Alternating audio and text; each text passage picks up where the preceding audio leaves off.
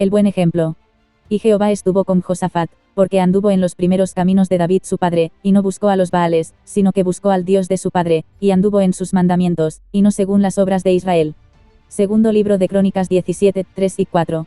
Alcanzamos el capítulo 17 del segundo libro de Crónicas, donde se nos presenta a Josafat, el hijo y sucesor de Asa. Sobre él podemos saber, a través de la lectura en el primer libro de los Reyes, que comenzó a reinar a los 35 años, y su reinado duró 25. Se habla de él que siguió el buen ejemplo de su padre Asa, en cuanto a rectitud y bondad delante de Dios, y que hizo paz con el rey de Israel, además de expulsar a los sodomitas del territorio de Judá. En el caso de la lectura en Crónicas hay datos que no se muestran o se nombran más adelante, enfatizando más sobre el fortalecimiento del reino durante el trono de Josafat y el favor de Dios para con él, en consecuencia de su buen hacer delante de Dios. Y es que se dice de él que siguió los primeros pasos de David, los buenos, los anteriores a los pecados que recayeron en fatal consecuencia para con su familia por el resto de su vida. Además dícese que no buscó a los Baales, y con Baales no entendemos solo a los dioses hechos por manos de hombres, sino a los mismos hombres, si estos son tomados en mayor consideración que Dios, algo así como hizo Asa al enfermar de los pies, que acudió a los médicos pero no a su creador. Y otro punto de contraste para con su padre, a pesar de seguir su ejemplo, es nombrado cuando se recalca que Josafat anduvo en los mandamientos de Dios y no según las obras de Israel. Porque en este punto es donde cayó Asa que, fijándose en los hechos de Israel, acabó haciendo lo mismo que que fue aliarse con su enemigo en lugar de sostenerse en la ley de Dios y en sus mandamientos.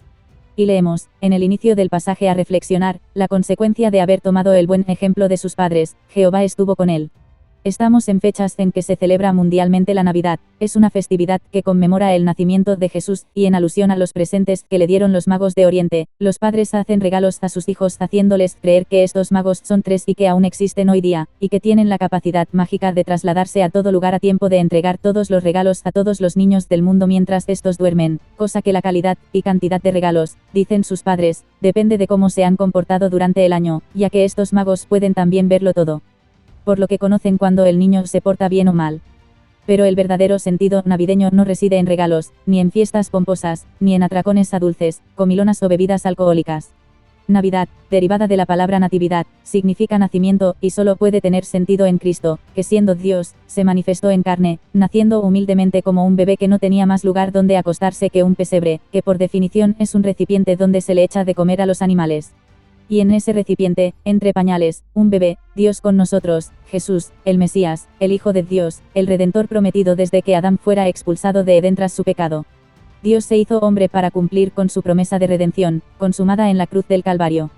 Con esta consumación, Jesús nos abrió el acceso a la vida eterna, por medio de la fe en Él, de modo que a todo aquel que en Él cree, en reconocimiento de sus pecados y en aceptación a Él como Señor y Salvador personal, le es quitada la condena a muerte que pesaba sobre Él por las deudas de sus pecados. Dios pagó en su carne por esos pecados en la cruz, para librarnos de ellos en toda justicia, y le es dada la nueva vida en Él, para justificación en Cristo delante del Padre.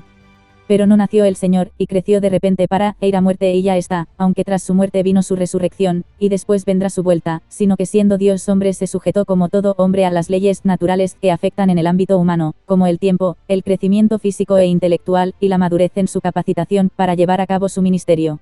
Y con toda esta sujeción en lo humanamente hablando, y en su obediencia a la voluntad del Padre se presenta a nosotros como el ejemplo a seguir, el modelo, el excelente paradigma para todo hombre.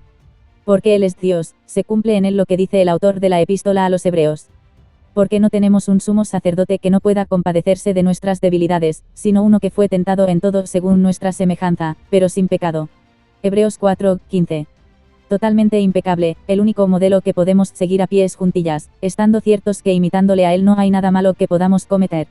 Claro, nosotros no somos Dios, de modo que, aunque el Espíritu Santo mora en cada creyente y lo va encaminando al carácter de Cristo mediante su palabra y la aplicación de ella en su vida, podemos ir cometiendo fallos y sucederán mientras ocupamos este cuerpo terrenal, corruptible y perecedero. Lo que se nos hace necesario mirar a Él, recordando que dijo: aprended de mí, que soy manso y humilde de corazón, asimismo como asevera Pablo en la mimetización de su carácter. Sed imitadores de mí, así como yo de Cristo. Primera a los Corintios 11:1. Porque hay que reconocer que, por ser el sumum de la perfección, se nos complica muchas veces imitar directamente a Cristo, no porque no se pueda, ya que debemos hacerlo, sino por nuestra debilidad que nos limita. Y por ello es bueno asirse de hermanos fieles que van mostrando su carácter, de manera que se hace más fácilmente asimilable en su práctica. Pongamos que nos va a ser más accesible imitar a Pablo que al Señor, imitando pues a Pablo en lo que él imita al Señor, ya estamos adquiriendo el ejemplo de Cristo. Pero, cuán difícil se nos hace, a veces, en la cotidianidad de nuestro día a día en este mundo contaminado de pecado, y más en medio de las adversidades.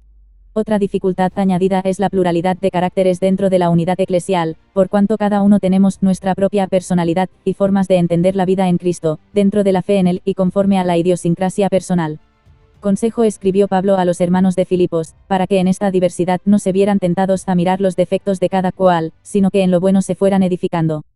Por lo demás, hermanos, todo lo que es verdadero, todo lo honesto, todo lo justo, todo lo puro, todo lo amable, todo lo que es de buen nombre, si hay virtud alguna, si algo digno de alabanza, en esto pensad, lo que aprendisteis y recibisteis y oísteis y visteis en mí, esto haced, y el Dios de paz estará con vosotros.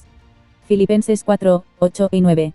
Hoy es día de meditar sobre a quién tenemos como ejemplo de vida, si a un hermano, si a nuestros padres, si al ideal que es Cristo.